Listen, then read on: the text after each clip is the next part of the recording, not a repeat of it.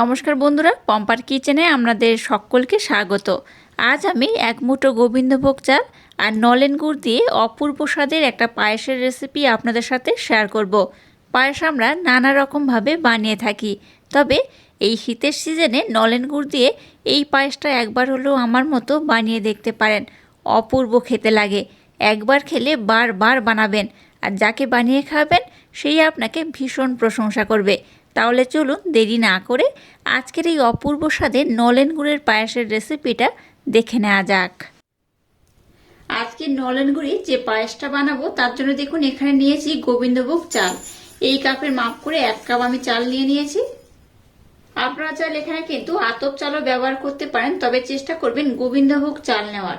গোবিন্দভোগ চাল নিলে কিন্তু পায়েসের স্মেলটাও সুন্দর হয়, খেতেও খুব ভালো লাগে। এবার আমি চালটাকে খুব ভালোভাবে কিন্তু জল পাল্টে পাল্টে ধুয়ে নেব। 2 থেকে 3 বার জল পাল্টে পাল্টে চালটাকে খুব ভালোভাবে পরিষ্কার করে ধুয়ে নিতে হবে। চালের মধ্যে দেখবেন অনেক সময় প্রচুর ময়লা থাকে, তাই এইভাবে জল পাল্টে পাল্টে ধুয়ে নিলে পায়েসটা কিন্তু বেশি ভালো হয়।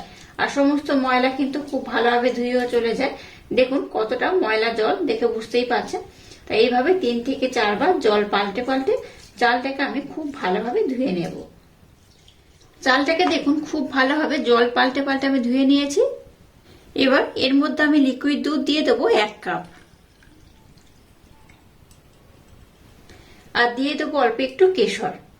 এবার আমি খুব ভালোভাবে চালটাকে দুধের মধ্যে দিয়ে ভিজিয়ে রেখে দেব। 10 থেকে 15 মিনিটের জন্য ভিজিয়ে রাখলেই হবে। ততক্ষণে পায়েস বানানোর জন্য যে দুধটা প্রয়োজন সেই দুধটাকে আমি খুব সুন্দর করে রেডি করে নেব।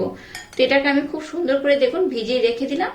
চলুন এবার আমি নেক্সট স্টেপ আমাদের সাথে শেয়ার করব।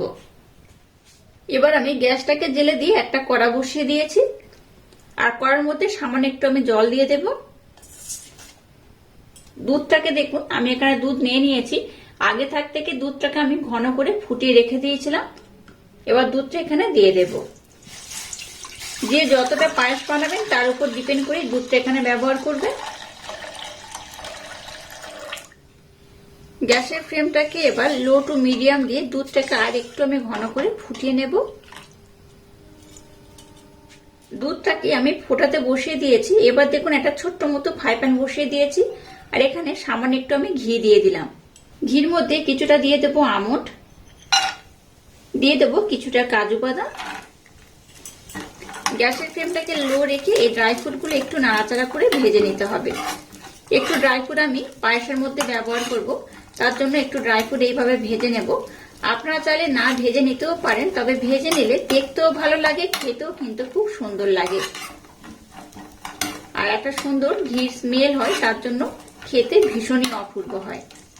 প্রথমে দুটো উপকরণ একটু নাড়াচাড়া করে ভেজে নেব।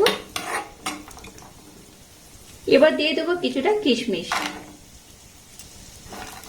কিশমিশটাকে একটু শেষে ব্যবহার করবেন, কারণ দুরকম বাদাম ভাজতে একটু বেশি সময় লাগে, আর কিশমিশটা ভাজতে খুব একটা বেশি সময় লাগে না। আর এই ড্রাই ফ্রুট গুলোকে কিন্তু একদম লাল করে বা খুব পুড়িয়ে ফেলবেন না, একটু হালকা করে নাড়াচাড়া করে ভেজে নিলেই হবে। আর গ্যাসের ফ্লেমটাকে অবশ্যই লো রেখে এটাকে ভেজে নেবেন। দেখুন এই ড্রাই ফ্রুট গুলোকে আমি একটু নাড়াচাড়া করে ভেজে নিয়েছি, আর খুব কিন্তু পুড়িয়ে ভাজবেন না বা খুব লাল করবেন না, একটু হালকা লাল করে ভেজে নিলেই হবে। এটাকে আমি খুব সুন্দর করে ভেজে নিয়েছি। এবার এটাকে আমি নামিয়ে নেব। গ্যাসের ফ্লেমটাকে লো টু মিডিয়াম দিয়ে দুধটাকে দেখুন আমি কিন্তু বেশ ঘন করে ফুটিয়ে নিয়েছি। আবারও দেখে বুঝতেই পারছেন আগে থেকে অনেকটা কমে গেছে। তো এইভাবে একটু ঘন করে ফুটিয়ে নিতে হবে। এবার এখানে 2 চামচের মতো নলেন গুড় আমি দিয়ে দেব। খুব বেশি দেব না, অল্প করেই দেব।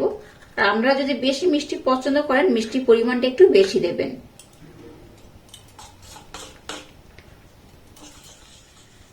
গুড়টা দেওয়ার পর গ্যাসটাকে কিন্তু আমি বন্ধ করে দিয়েছি। তো গ্যাসটাকে বন্ধ করে দিয়ে এই গুড়টা আমি দুধের সাথে প্রথমে একটু ভালোভাবে মেল্ট করে নেব। গ্যাসটা জ্বালা অবস্থায় গুড়টা দেবেন না, গ্যাসটাকে বন্ধ করে তারপর গুড়টা দেবেন। এই টিপস অবশ্যই খেয়াল রাখবেন, তাতে করে কিন্তু পায়েসের রেজাল্টটা বেশি পারফেক্ট হবে। গুড়টাকে দুধের সাথে আমি খুব ভালোভাবে মেল্ট করে নিয়েছি। অনেকে বলে গুড় দিলে দুধটা কিন্তু ফেটে যায়। দেখুন দুধ কিন্তু একদম কোনো পরিবর্তন হয়নি, যেমন দুধ তেমনই রয়েছে। দেখে বুঝতেই পারছেন কতটা সুন্দর রয়েছে। গুড়টাকে আমি মেল্ট করে নিয়েছি। আবারও আমি গ্যাসটাকে জ্বেলে দিয়েছি। এবার দেখুন দুধের মধ্যে যে আমি চালটাকে ভিজে রেখে দিয়েছিলাম এই পর্যায়ে আমি চালটাকে দিয়ে দেব। সম্পূর্ণ চালটাকে এখানে আমি অ্যাড করে দেব। দেখুন সম্পূর্ণ চালটাকে আমি দুধের মধ্যে দিয়ে দিয়েছি। এবার গ্যাসের ফ্লেমটাকে কিন্তু একদম হাই দেবেন না, লো করে এটাকে খুব সুন্দর করে কিন্তু বানিয়ে নিতে হবে। হাই দিলে কি হবে, চালগুলো কিন্তু কড়ার তলাতে লেগে যেতে পারে, তাই লো করে অনবরত এইভাবে নাড়াচাড়া করতে করতে এটাকে কিন্তু খুব সুন্দর করে ঘন করে নিতে হবে। আমি যেভাবে আজকে গুড় দিয়ে পায়েসটা বানাচ্ছি, এই নলেন গুড়ের পায়েস অবশ্যই একবার হলো শীতের সিজনে ট্রাই করবেন।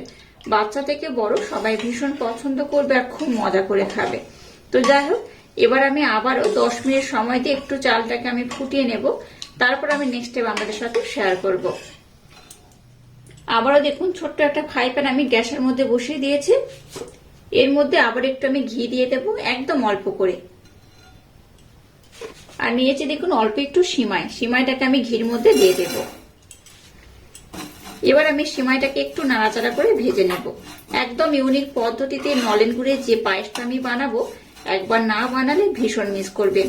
আর এইভাবে একবার বানিয়ে খেলে আপনাদের বারবার বানাতে ইচ্ছা হবে। তো এটাকে আমি একটু হালকা লাল লাল করে ভেজে নেব, খুব লাল করা যাবে না, একটু হালকা লাল করে ভেজে নিলে পায়েসটা দেখতেও ভালো লাগবে, খেতেও খুব সুন্দর লাগবে। এটাকে দেখুন একটু হালকা ব্রাউন কালার করে আমি ভেজে নিয়েছি, আর কিন্তু খুব বেশি ব্রাউন করা যাবে না, এটা এইরকমই থাকবে। এবার আমি গ্যাসটাকে বন্ধ করে দিলাম।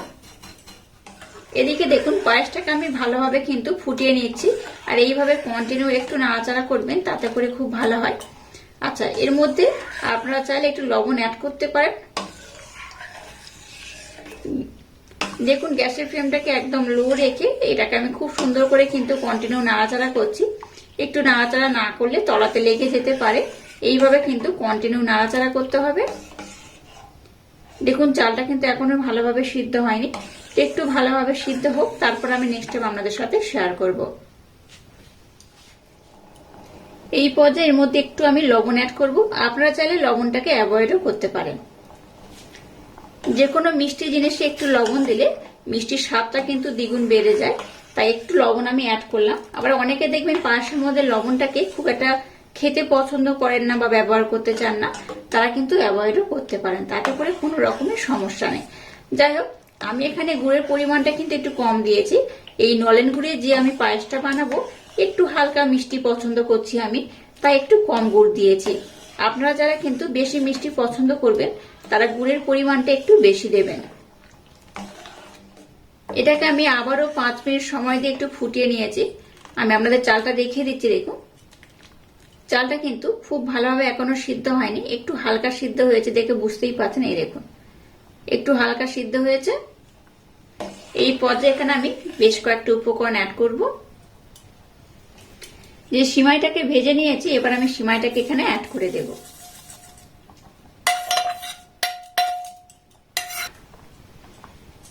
সিমাইটাকে আমি অ্যাড করে দিয়েছি। সিমাইটা দেওয়ার পর এটাকে আমি আবার একটু ফুটিয়ে নেব, তারপর আমি আরো কিছু উপকরণ অ্যাড করব।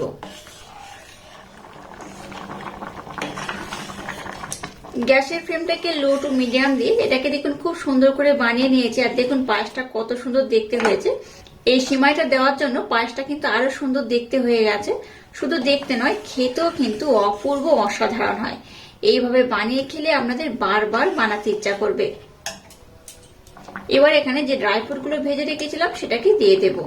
অল্প একটু ডেকোরেশনের জন্য রেখে দেব, বাকিটা এখানে আমি অ্যাড করে দেব।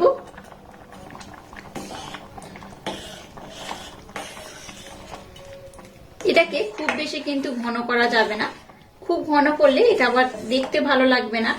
আর যখন ঠান্ডা হবে তখন কিন্তু এটা আরো ঘন হয়ে যাবে, দেখতে তো ভালো লাগবে না, খেতেও খুব ভালো লাগবে না। আর শীতের সময় নলেন গুড় দিয়ে এই পায়েস মানে বুঝতেই পারছেন, এরকম গরম গরম এরকম পাতলা হলে এটা খেতে কিন্তু বেশি ভালো লাগে। তাই এটাকে আমি আর খুব বেশি কিন্তু ঘন করব না, এটা এইরকমই থাকবে, দেখে বুঝতেই পারছেন। এবার আমি গ্যাসটাকে বন্ধ করে দেব, আর এটাকে অন্য পাত্রের মধ্যে আমি সার্ভ করে দেখাবো এটা কত সুন্দর হয়েছে। পায়েসটাকে দেখুন খুব সুন্দর করে বানিয়ে নিয়েছি, দেখে বুঝতেই পারছেন কতটা লোভনীয় দেখতে হয়েছে। এবার পায়েসটাকে এই পাত্রের মধ্যে আমি সার্ভ করে নেব। একদম ইউনিক পদ্ধতিতে বানানো এই গুড়ের পায়েস অবশ্যই একবার ট্রাই করবেন। আশা করছি বাচ্চা থেকে বড় সবাই ভীষণ পছন্দ করবে আর খুব মজা করে খাবে।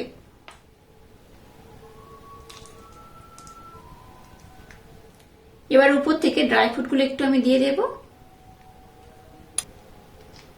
এবার উপর থেকে একটু পেস্ট আমি দিয়ে দেব, তাতে করে কি হবে, দেখতে খুব ভালো লাগবে।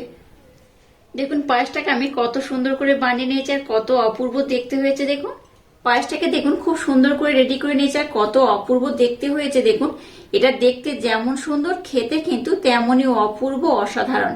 এইভাবে একবার যদি পায়েসটা বানিয়ে খান, দেখবেন বাচ্চা থেকে বড় সবাই এই পায়েসের প্রেমে পড়ে যাবে। একবার হলো ট্রাই করবেন। আর যদি বাড়িতে এই পায়েসটা বানিয়ে থাকেন, আমাকে কমেন্ট করতে ভুলবেন না আজকের এই অপূর্ব স্বাদের ইউনিক পদ্ধতিতে বানানো পায়েসের রেসিপিটা আপনাদের কেমন লাগলো। আর আজকের এই অপূর্ব স্বাদে ইউনিক পদ্ধতিতে বানানো পায়েসের রেসিপিটা যদি আপনাদের ভালো লাগে, তাহলে চ্যানেলটাকে লাইক, শেয়ার, কমেন্ট এবং সাবস্ক্রাইব করবেন আর পাশে থাকা বেল আইকনটা প্রেস করে দেবেন। টাটা, আবার দেখা হচ্ছে নতুন কোনো রেসিপি নিয়ে।